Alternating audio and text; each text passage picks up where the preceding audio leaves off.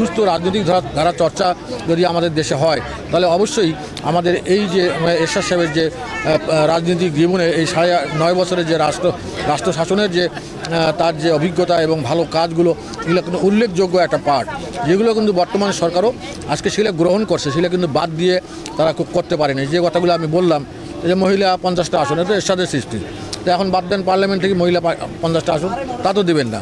এরশাদের 80-60টা উপজেলা, সেটা বাদ দিতে পারবেন না। জেলাগুলো করছে, বাদ দিতে পারবেন না।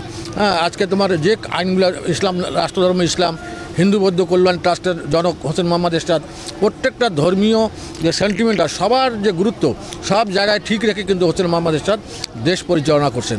এখন তাকে যে অনুসরণ করে যদি আগামীতে তারা সবার রাজনীতি করার সুযোগ থাকে, তাহলে কিন্তু এটা এক্সপেক্ট করা খুব সোজা হবে। আর যদি এই ধরনের মানুষের বাকশক্তিকে হরণ করার মতো, টুটি চিপে ধরার মতো রাজনীতি চলতে থাকে, তাহলে কিন্তু সেই জায়গায় আমাদের জন্য রাজনীতি করা খুবই কঠিন। তারপরে আমরা চেষ্টা করতেছি ইনশাল্লাহ আগামী দিনে হোসেন মোহাম্মদ এরশাদের যে কর্মসূচি ছিল, আমাদের প্রদেশ বাস্তবায়নের জন্য এক কর্মসূচি ছিল, সেই বাস্তবায়ন কর্মসূচিটা আমরা মুখ্য হিসেবে দাঁড় করায় আগামী দিনে আমাদের যে বৈষম্যের ইতিহাস, বাংলাদেশ থেকে কেন্দ্রীয় সরকারের যে শোষণ, সেইগুলো বিষয়ে আমরা সাধারণ মানুষের কাছে উপস্থাপন করে জাতীয় পার্টিকে সমৃদ্ধ করার চেষ্টা করব।